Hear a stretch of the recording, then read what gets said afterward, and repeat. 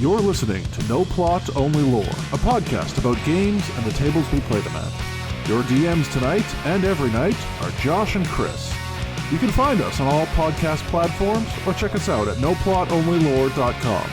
If you like what you hear today, please rate and review the show and share it with everyone you've ever met.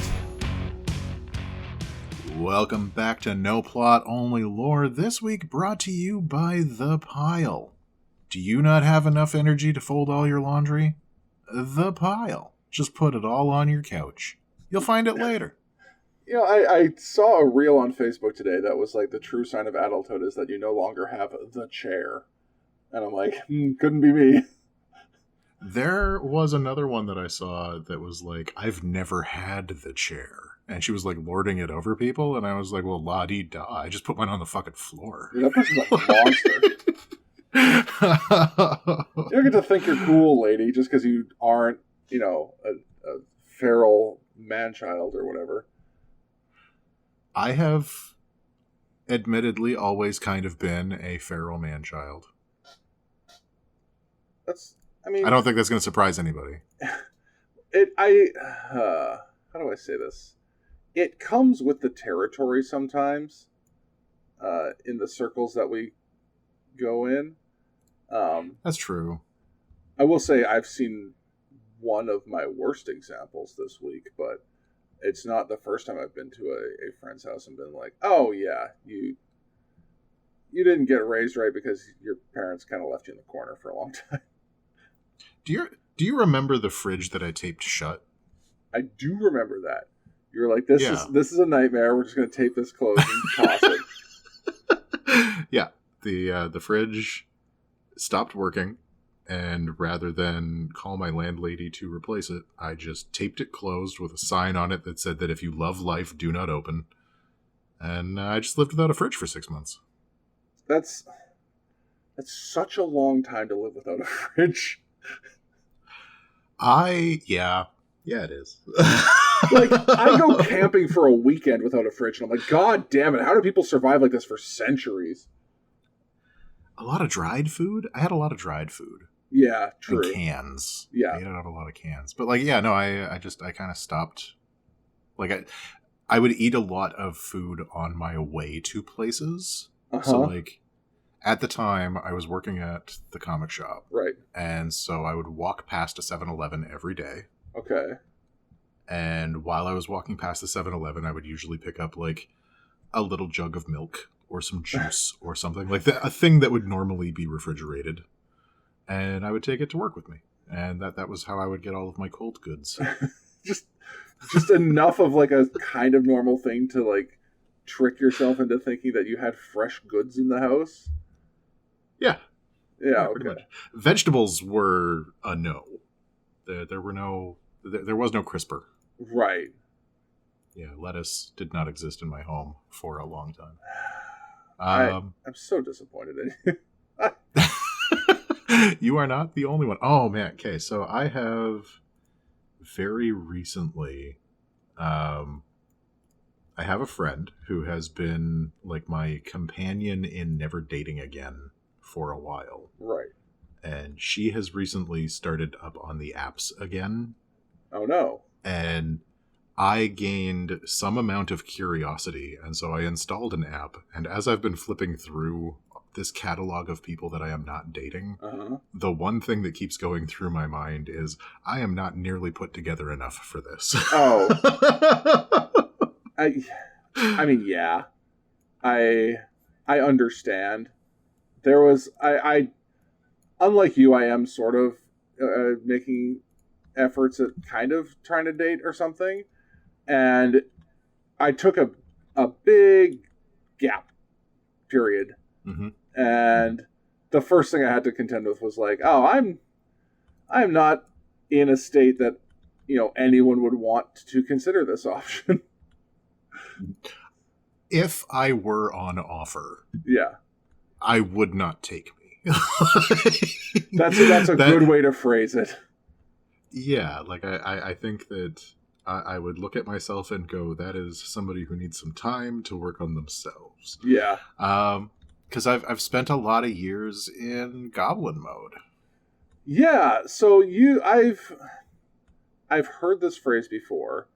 I'm not fully privy to like the context of it. So why don't you kind of give me the 411, as it were, on what true Goblin mode is? Yeah, so Goblin mode is one of those things that got popularized on the internet. I think primarily, like the time that it took off was early COVID. Right. But there was like some leaning towards it before that, of just like being a feral little creature and kind of reveling in being a feral little creature. Okay. Right? So like, rather than beating yourself up about the fact that your house is always a mess, or that you aren't cooking food, you're just like shoveling crackers into your face at 3 a.m, or that you have the pile, or the chair, as I guess is currently the thing. You just kind of accept those things as being part of your goblin identity, and you're just like, fuck it, I'm a goblin. I am reveling in chaos and squalor, and that's fine. I'm just going to be a weird little toad. Okay, so that's weirdly different from how Goblin mode was sort of described to me. Okay. I was under the assumption that Goblin mode was more about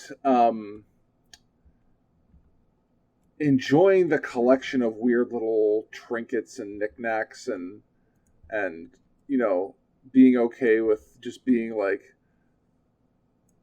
an oddball collector of things.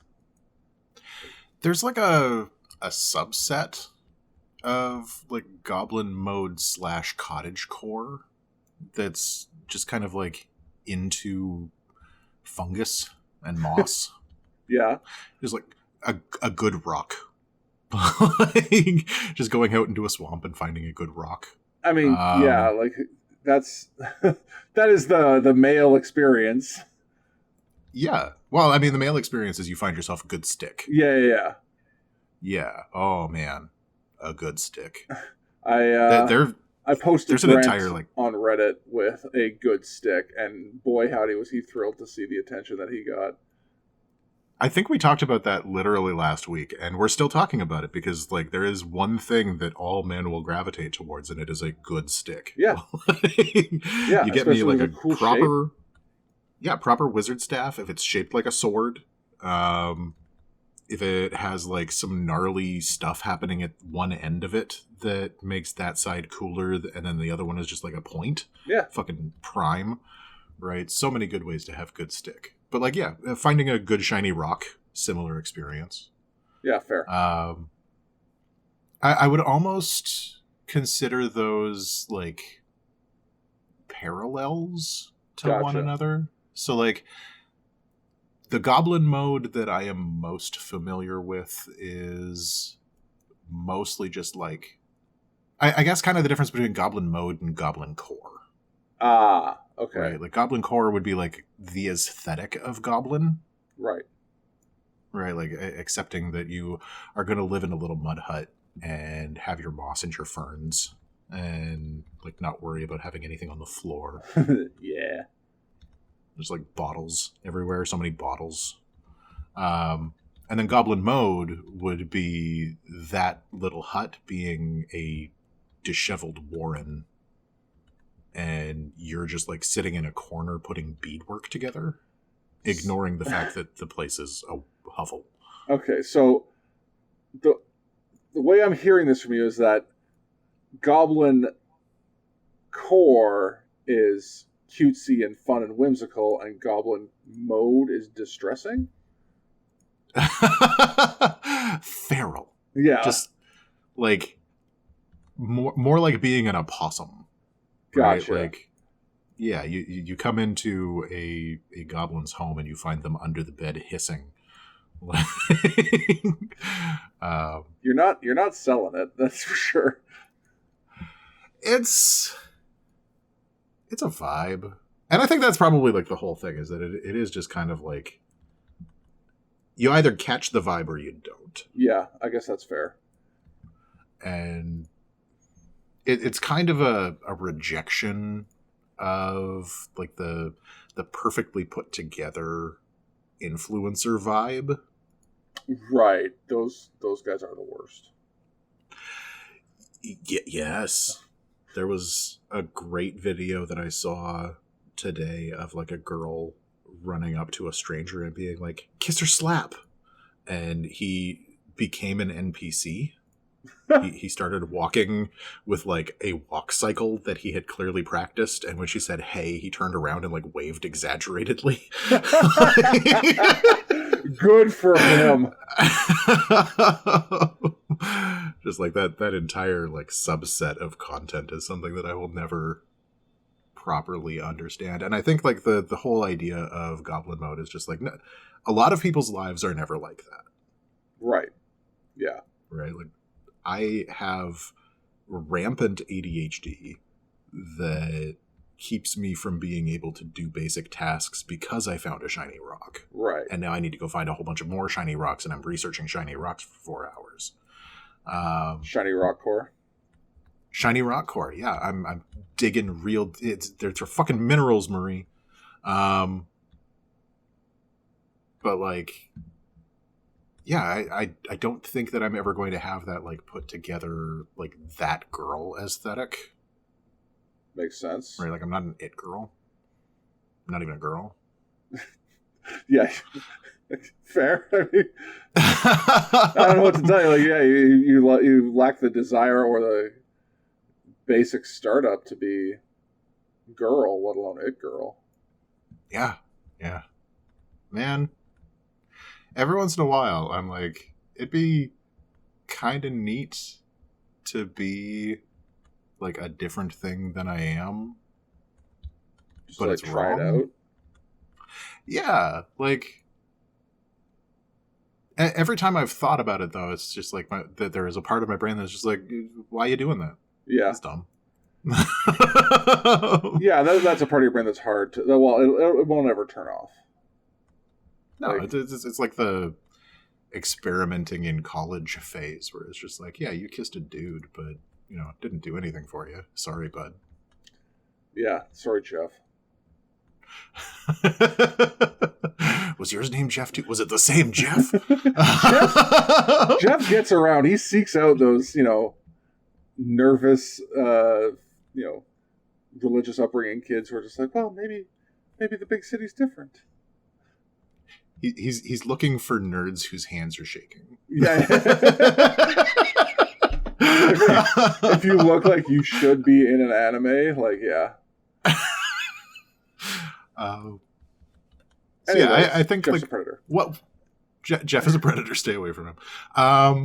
I think one of the things that's interesting about like Goblin mode is that it does seem to be kind of like the adopting of an archetype as a way of coping. Gotcha. Right, like millennials in particular, and like I small side rant that generations are stupid and arbitrary and don't actually mean anything. Like growing up with a cohort is going to have you have similarities with that cohort, right? But if you limit yourself to experiencing only the things that cohort has experienced because you have some preconceived notion of like belonging to an in-group and that every other group is your out-group, that's just fucking stupid and self-limiting. I don't think that's what generational divides are talking about. I think what it comes to is like defining a set of shared experiences for a group. And like, so like, millennials of a certain age all kind of experienced like, okay, that's a bad example, but all experienced like 9/11, right? And like, we all, there was popular culture for our age was like a specific thing, and like fads and music and attitudes were all sort of generally similar no matter where you were, aside from like extremely sheltered kids and stuff like that. But like, though the things that were familiar for all of us vary wildly within 10 to 20 years. And I think that speaks to a lot of what like they're talking about when it comes to like these generational gaps and divides. And that I think is a very like real thing.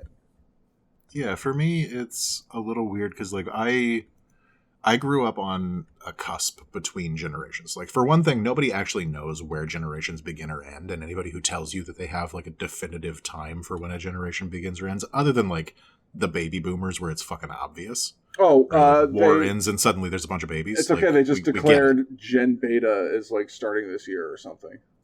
Fucking sure. Okay. Like, I was born in 1982. Yeah. And according to some people's divisions of the generations, I am either an incredibly late Gen X or an incredibly early millennial. Yeah, the 80 to 85 is kind of no man's land in the generations. You're either like an elder millennial or a baby Xer. And it kind of depends then they fucking what you did with come your up time. with a new one. Yeah. Right? They're all like, there's a Zennials now. And I'm like, fuck you. I don't need that. That's stupid. Like, yes, I have shared experiences with my cohort, with the people that I grew up with. Right. We were the last generation to grow up without an internet. Right. Right? And that has fundamentally changed the way that we interact with the world and the promises that were made to the people who grew up at the same time that we did. Right. But, like, that's not all that different from somebody who was born in 78. Right. Right? And, like, they're firmly in the Gen X category, right? Or somebody who was born in 86. Well, right? Like, they had a time that they lived without the internet. Sure, but especially when it comes to, like, the prevalence of the internet, when that thing came along and hit your life, I think really does influence like how you behave and interact with like strangers and the internet as a whole. And now that it's like such a pervasive part of our lives, it's more and more important. Like, okay, when a boomer gets tricked by a fake Nigerian prince, no one is surprised. If a millennial did, they would be horrified. And and a lot of that comes down to like, yeah, like you're right. The first, let's say 10 to 12 years of my life, the internet was not a thing.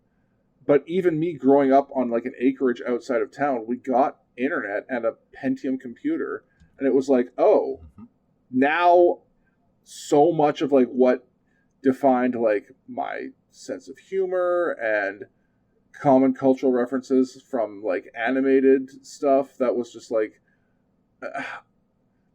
I hate to use the phrase meme, but like those were like true memes as defined by that one weird evolutionary scientist. And it was stuff that like spread naturally through the culture, through the internet and our high school. But like everyone I meet who didn't go to my high school but is the same age, if I tell them like nice jorb, like they know what I'm talking about, You can usually get a pretty good idea of how old somebody is by their reaction to meat spin. Yeah. If you show meat spin to somebody and they burst out laughing, they're probably around our age. Anybody older, anybody younger, they're going to be horrified. Yeah, because at our age, they definitely have seen it before, and was just like the worst things on the internet were jokes that we played on our friends. Yes, they were. But like, okay, so anyways, I don't hold a lot of truck with the idea of like generational attributes, I guess, like other than things that are just like demarked by history, right? So like the idea that millennials were like wasting their money on avocado toast and that's why we were never going to get a job was always fucking ridiculous to me. And the fact that like younger generations now, have you heard about the Gen Alpha stare? Oh yes, and I have witnessed it. I've seen it in action, not directed at me, but yeah, I think good for those kids. don't tolerate that level of stupidity from people. That is one thing that I have noticed from people in our age range, is that we are significantly more happy about the like rebellious streak for the people that are younger than us than our parents were. Which is funny because they were Gen X and they were all like the two middle fingers up, like fuck you, don't do what, like I won't do what you tell me type people. Right, but second they were the ones that were, you know, as soon as the tables turned, they're like, wait a minute, actually, yes, this is great. It's actually kind of interesting to me how many things just kind of skipped Gen X. Right. Right? Like, everybody was, like, fretting about the boomers. Mm-hmm. And then everybody was, like, shitting on the millennials for a minute. Mm-hmm. And then Gen X just, like, squeaked by. Yeah. Right? But, okay, so, they were all the of that to say... generation. Yeah, all of that to say that people in our age range, people who are like late millennials to like mid millennials, or like early millennials to mid millennials,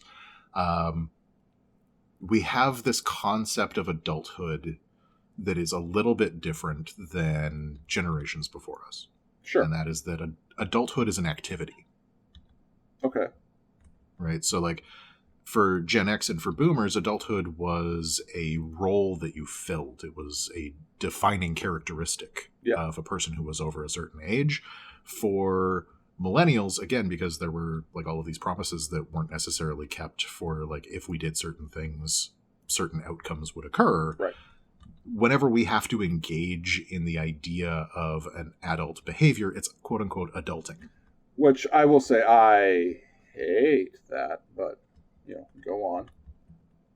Just the word, or the fact that we interact with adulthood in that way? The fact that we have put like normal responsibilities and part of like just having to live your life into this box and said that is like, you know, a compartmentalized part of being a human being. It's just like, it's okay. How do I explain this? Yeah, because I find that interesting. I actually like, as a very big proponent of sectioning that part of my life off. I find it interesting that is something that you like, are against. Okay, like paying my bills and doing my laundry and cleaning my house is not. Don't get me wrong. I don't think it's like fun. Some people do. I don't. But it's also just like what you have to do to survive. It's such a basic skill. And to say that is like the compartment of only adults do this, and this is just like this absurd thing that I hate doing, but I'm forced to do, is like, it's so dumb to me because like this, you have to do it. Someone has to do it. Like you can't go forever off of like never cleaning and never doing laundry and never like fucking meal prepping and paying your bills and having a mortgage. Like, sorry, you just have to do some things. And back in the day, it was you have to go out and hunt and you have to fucking till the fields. But like at some point, there's just survival tasks that need to be done, and right. It doesn't make them easier to say like, only adults do that, and it doesn't make life better for your kids by saying, that's just an adulty thing. It's just like, no, like everyone does this. This is just part of the human experience. It's breathing and eating. Like you just got to do it. So don't villainize it by saying this is just a nasty part of being an adult. This is just being alive. Like if you were a child and everyone around you died, now you would have to do this. I think that there is a weird amount of pressure on people in our age range to not fail at any of those things, though. Okay. Like, previously when people had closer-knit communities and there was less individualism and there was a better social safety net, and like the things were just kind of turning up better for people, right? Like the job market was better and the economy was better, your buying power was better. Like, all of those things were easier in a previous time, and they are all now significantly harder than they used to be. And if you fail at them, and you believe that that is a fundamental aspect of personality, then you have just failed at a fundamental aspect of personality. Whereas if I failed at adulting, right, like I didn't adult good. Today. Yeah, you're failing at just being an independent whole person. Or I'm just a cozy swamp creature. And I think that sort of gets at where my frustration is. It's that, like, you're now defining yourself in, like, a childlike state, I guess, forever. And these are just, like, the unfortunate burdens of adulthood that have been thrust upon you, as opposed to just, like, the natural progression of your life. See, I would actually look at it as more of, like, a reframing of burnout as play, which, I mean, not necessarily the most psychologically healthy thing to do. Right. But, like, instead of obsessing over and feeling anxious about and being sad about your own burnout in a era where everything has gotten significantly harder and people are significantly more stressed, when you are experiencing those things, you're just in goblin mode. Right? Like, it mythologizes a little bit the act of retreating from some of those responsibilities and just, like, focusing on your own thing a little bit. Right? Like, your kitchen is dirty. It's just going to stay dirty for a minute. Do whatever it is that you were going to do. Just be a little creature. Right? Get your energy back to where it needs to be for you to be able to, quote unquote, adult. I'm having difficulty expressing my thought, and that's fine. I think there's something to be said on a whole separate long conversation about, like, the explosion of infantilism in our society in general. And I think a big part of that is, like you said, the fact that the world has gotten a lot tougher and a lot less certain. Like, it's a lot harder to be clear about, like, your role in society and how society should function and what you should be doing with your life. You know, there's this biblical concept that, like, without a vision, people perish, right? And so I think we're seeing that sort of en masse now, is that, like, the younger and younger generations don't have a vision or hope for their future, and therefore they are, you know, staying in this weird transition stage of adolescence for a very long time. And then that's I wonder how much of that is, like, the self-infantilization versus, like, the fact that nobody can buy a house. Yeah. Right? Like, you don't have a choice but to live with family for a while because it is so expensive not to. Yeah. Yeah. Right? And, like, I think that sometimes things like this, like, we were going to talk about a couple of the other, like, mythical identities that people have been taking on recently, like raccoons and, like, bog witches and things. Sure. But, like, I think part of the reason that people adopt these is as a way of coping with the loss of that promise. Yeah. Right? Like, if you go to work, if you go to school, if you do well, you're going to succeed, you're going to be able to buy a house, you're going to be able to have a family, all of these things that were promised to not just our generation, but the generation after as well.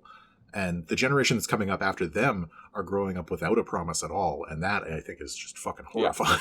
Like, 100%, yeah. But, yeah, I think that, like, part of the coping that is happening with that comes in the form of not necessarily trying to justify the behavior, but provide the permission to not always succeed when everything is stacked against you. Yeah. That's fair. Anyways, what was our point? Goblins are pretty good, and you have a pile. if you have the chair, you're doing fine. Right. At least all your laundry's in one fucking place. Yeah, that is, these days, that's all I can ask for. Hey, thanks for making it all the way through this episode of No Plot Only Lore. If you're looking for more, you can always find us at noplotonlylore.com and on all the very best podcast platforms. If you like what you heard today, please share, rate, and review the show to feed my never-ending need for attention and validation.